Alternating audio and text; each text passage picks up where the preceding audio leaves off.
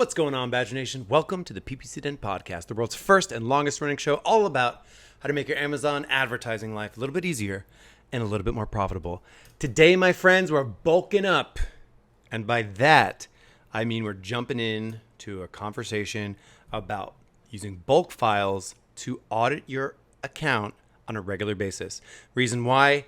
Everybody wants an audit-proof account, right? It's like track your non-converting spend, track your waste, track your best performing terms, your worst performing products, your best products, all of the above. Today on the show, we're going to be talking about a little bulk file tool that you can use for free to better audit your accounts. Let's jump into it. You can search it, you can find it. Essentially, if you are unfamiliar with what a bulk file is, let me just break it down. It's a spreadsheet with almost all of your Amazon PPC information. It's got your placements, bids, keywords, campaigns, portfolios, products. It's got a bunch of information in there. And what I generally do when I analyze an account is I'm also pulling a business report so that I can compare it to total sales for those products. So if you do that, if you go here and you get that bulk file audit free tool and you go and you begin to do this audit report, what will you get? Let's dig into it. What I wanted to do on this call is actually walk you through. This is a real account. However, I've swapped out all of the identifying information. And so I have this neat little extension which goes ahead and obfuscates any brand name as well as changes some key terms for that. So that's another little thing that I spun up too. I call it Confidential Crane. In case you haven't noticed, I like naming companies after animals.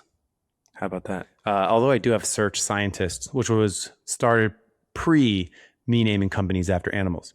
Anyway, moving forward, henceforth, let's talk about a couple of things that I like to look at in a bulk file audit. Let's get to the useful parts of this episode. So hopefully by now, pause the video, go and download a bulk file, and go and download the business report by ASIN report so that you can populate this. Bulk files are taking like 20 minutes to populate. So have someone from your team go and get one for you every week. Go get one, go get some breakfast, come back to this episode. Pause now.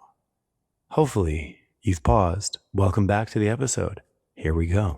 The first thing that I like to look at with a bulk file audit is just high level overview. How are we doing at scale? So if I take a look at this PPC account, about 11 grand in spend, 35,000 in sales. Hey, that's pretty good. That's a 30% ACOS from only 183 orders. So one thing you'll notice here is that if I, really quickly, 183 orders, 35,000 in sales, the amount of sales per order. So like, what is the average order value?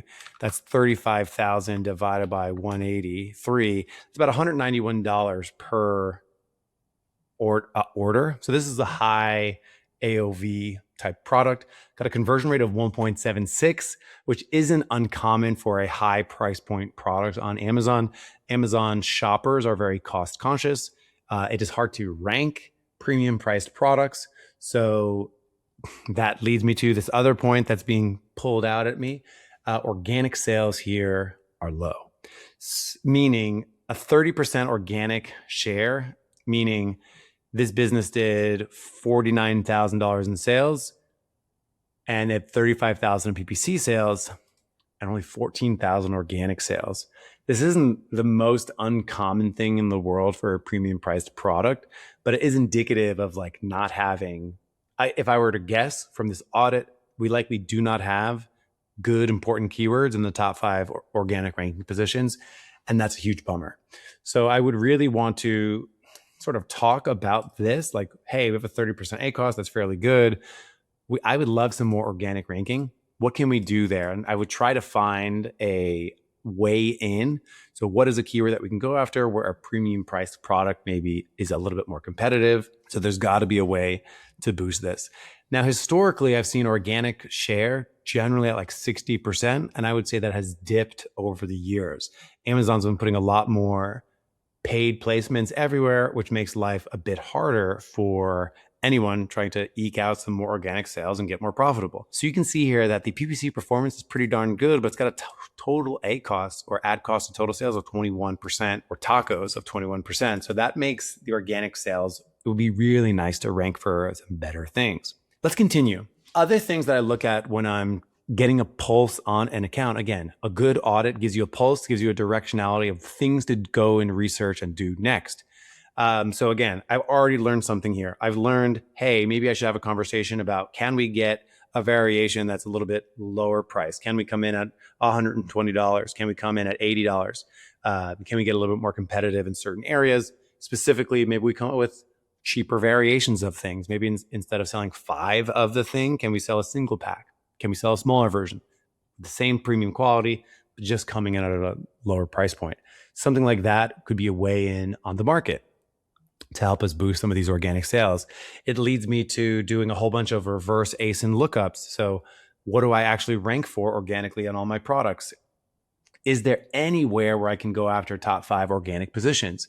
I'd probably look for things where I'm in organic position from 5 to 15, see if I can boost those up with some strategic PPC and some strategic on-page optimization. The next thing I like to look at when I get a pulse is just the ad type mix: sponsored product, sponsored brand, sponsored display. What do we see here? And I've got a pretty darn good split. If I sort this by spend, you can see I've got a good amount of sponsored products, good amount of sponsored brands, and sponsored display. I generally like to look for, this is almost an ideal split. I like this split, about 80% sponsored products, about 15% sponsored brands, a single-digit percent sponsored display. So I like this here. We've got 2.2% sponsored display. That's probably fine. I'd probably find some utility. Could we get this to 5%? Sponsored brands is doing wonderfully. Sponsored brands is doing really good. It's 27% of the revenue and only 19% of the spend, which means it's got a better ACoS than sponsored products. Now, my hunch is that this is an unintentional effect, meaning they didn't actually intend to do it that way. I always try to get it that way, to be honest, meaning I think sponsored brands is a really nice way to amplify the best search terms that you already have with the best products that you already have. So a lot of times if I look at an account and it has like 10% sponsored brand spend, I will often say, hey, let's boost that. Like, let's go find all your best keywords from sponsored products and then put those in sponsored brands. It's like a very simple, I like no-brainer moves. I don't like to think too hard when it comes to PPC. I don't like to take too many risks. So taking your best sponsored product terms, putting them in sponsored brand is a very safe bet. So I love this. I would actually love to see if more could be done, just because I feel like this probably was not intentional. 78% of the spend on sponsored products for 72% of the revenue, that's fine. And of course, 2.2% of the spend for sponsored display for 0.3% of the revenue, no bueno. 209%. So my hunch is that sponsored display also wasn't intentional, just because it's so tiny, so minuscule. I'd probably be safe to just pause the entire thing there and just launch it later once I get my bearings, for sure. If I take a look at the next thing I want to look at when it comes to structure is, do we have too many products per campaign? And I would say in this case, yes, we do. Does it make sense to have 10 products in a campaign? Sometimes. I would say generally the things that I look for. So this tells me another thing to dig into. So again, I'm just building up my mental task list here. Go investigate organic, see if we can find anything to push from organic positions 5 to 15 into the top 5. Have a conversation. Do we have any lower price products? Is there a way to offer a lower price variation still with premium quality? I would have a conversation. The next thing I would do is I would probably just turn off sponsored display.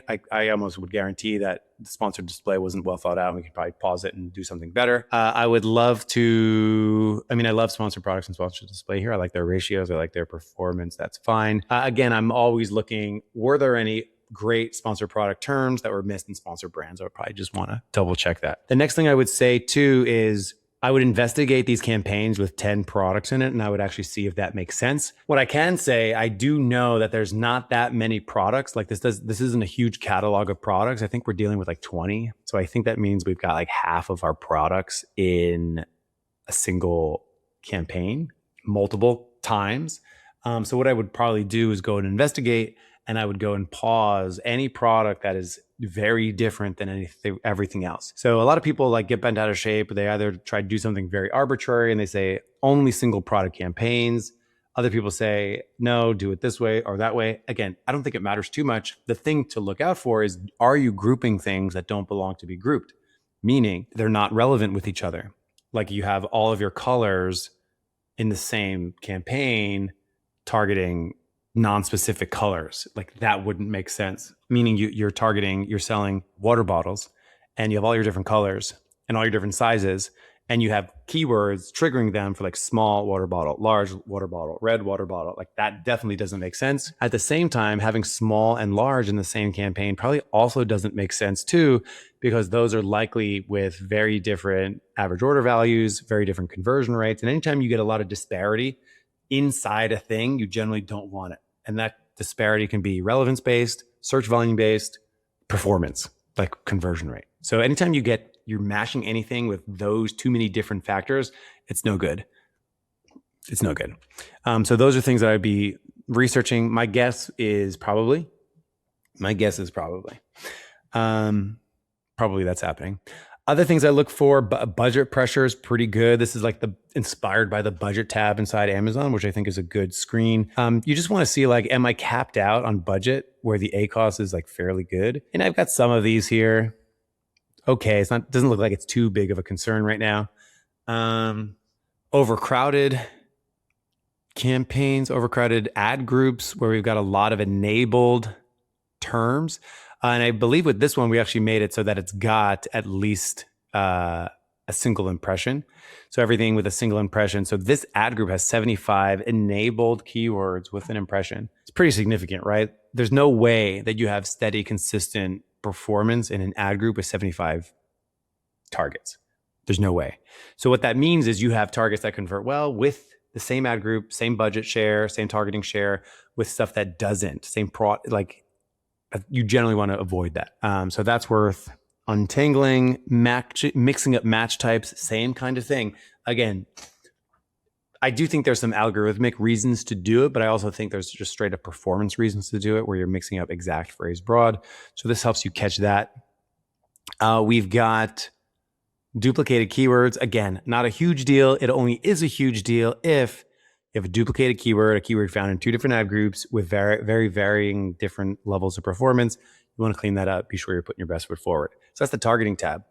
Again, straight up match type of your different targets, how you're targeting stuff. Again, broad, exact, phrase, auto. You should know your approximate spend breakdown. I think hopefully by the time that you watch this, we have a pie chart in here so you can sort of get that visually for you. But if I look at this, broad is at 40%, phrase is at 22%. The mix is very strange too. We only have 96 exact. We got 1167 auto. We've got 1200 broads, 280 phrases. That tells me something about the account. Like it tells me, hey, number one, I'm pulled towards the connection of organic and PPC, meaning why don't we have single keyword campaigns with strong exact match top of searches? Like my hunch is that that is not happening. So that would be another thing that I would flag to go and research. The other thing too is why are there only 96 exact but 1200 broads?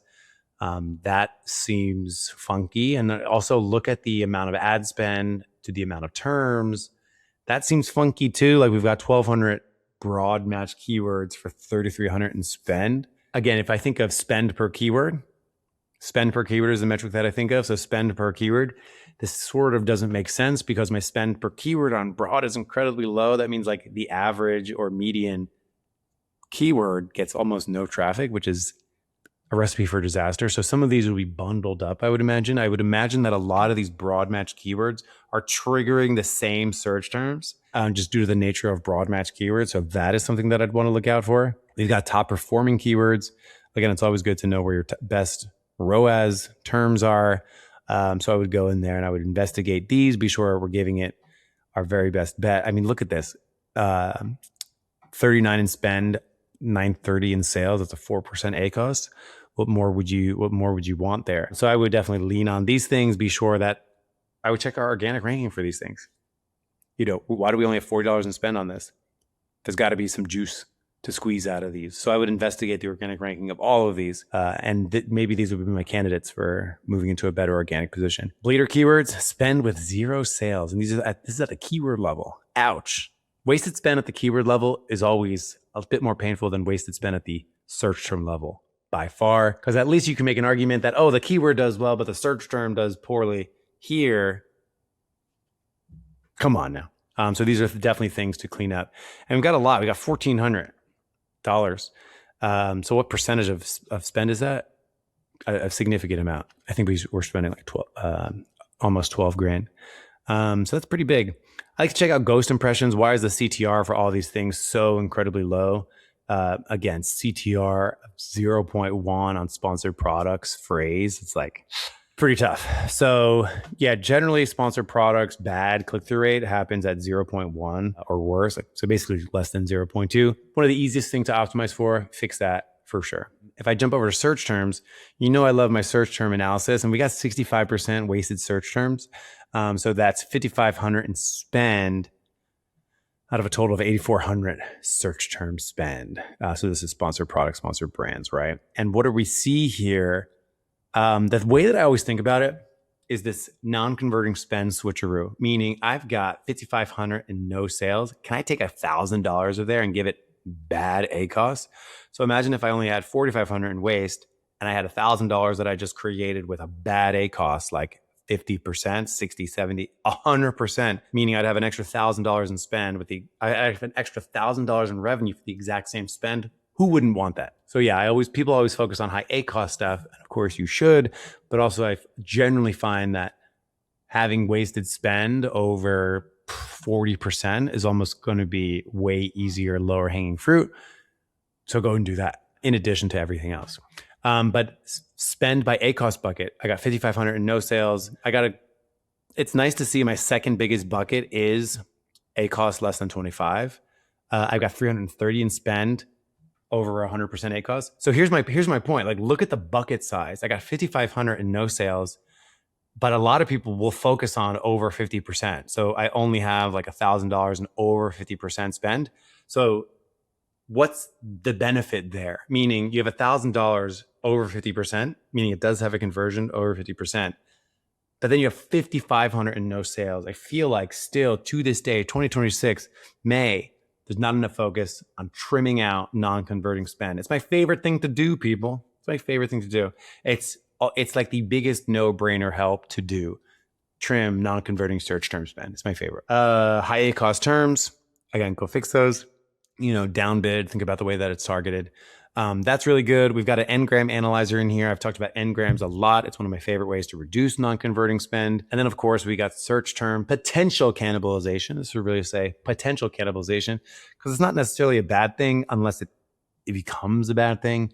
Again, this is an indicator to me to go investigate these search terms because it's appearing in 5 different campaigns, 6 different campaigns, 7 different campaigns. So I would go and investigate that. Like, do I have very varying levels of performance, meaning in one campaign is it like 10% ACOS, in another is it 100% ACOS? I would want to go and fix that. So that's search term analysis. And again, I think the easiest way to improve your account is just to get this number, which is the ratio of negatives to positive, just get it to 5, meaning have 5 times more negatives than you do positives. If you do nothing else in your PPC, go get this number up to 5.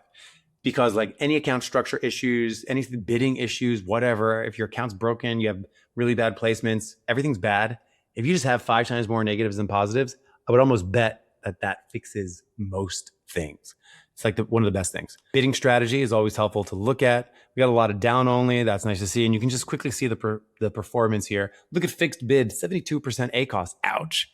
Again, small sample size here, but ouch. So it's just something to lean into. There's very few reason to be up and down.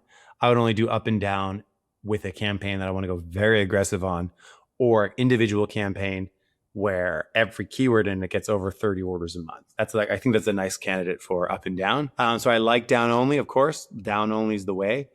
Fixed bid can also give you some mileage here, but you of course can see the ACOS differences. So again, that's what's so great about doing the audit the same way every time, because you can compare apples to apples every time. So if we keep on chugging along here, top of search, rest of search, product pages, Amazon business, this will hopefully shock a lot of people. And it's no surprise so this is phenomenal to see that Amazon business is 52%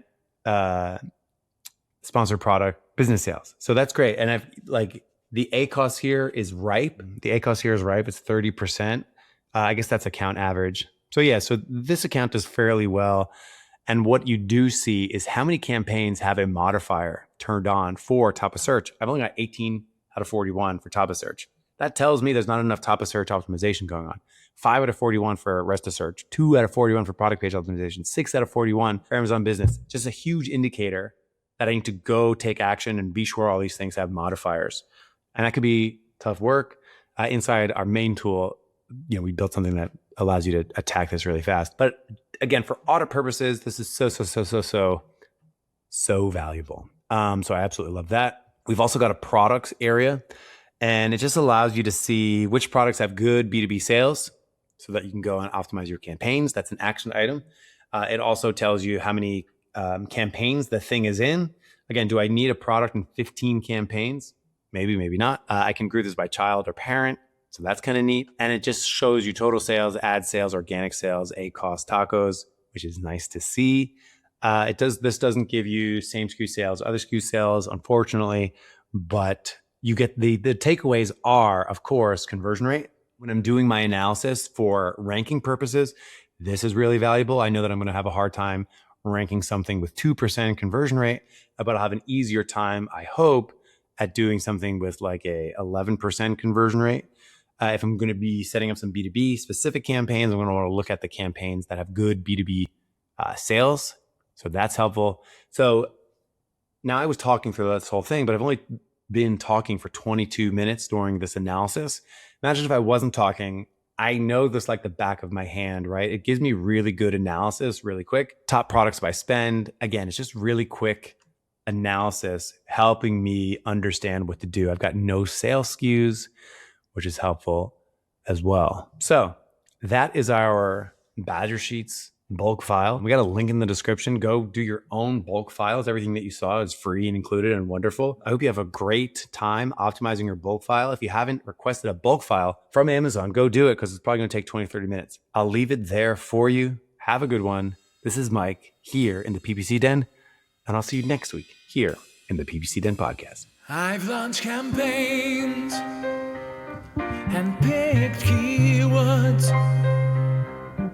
I've got my bids, set placements too, and bad mistakes.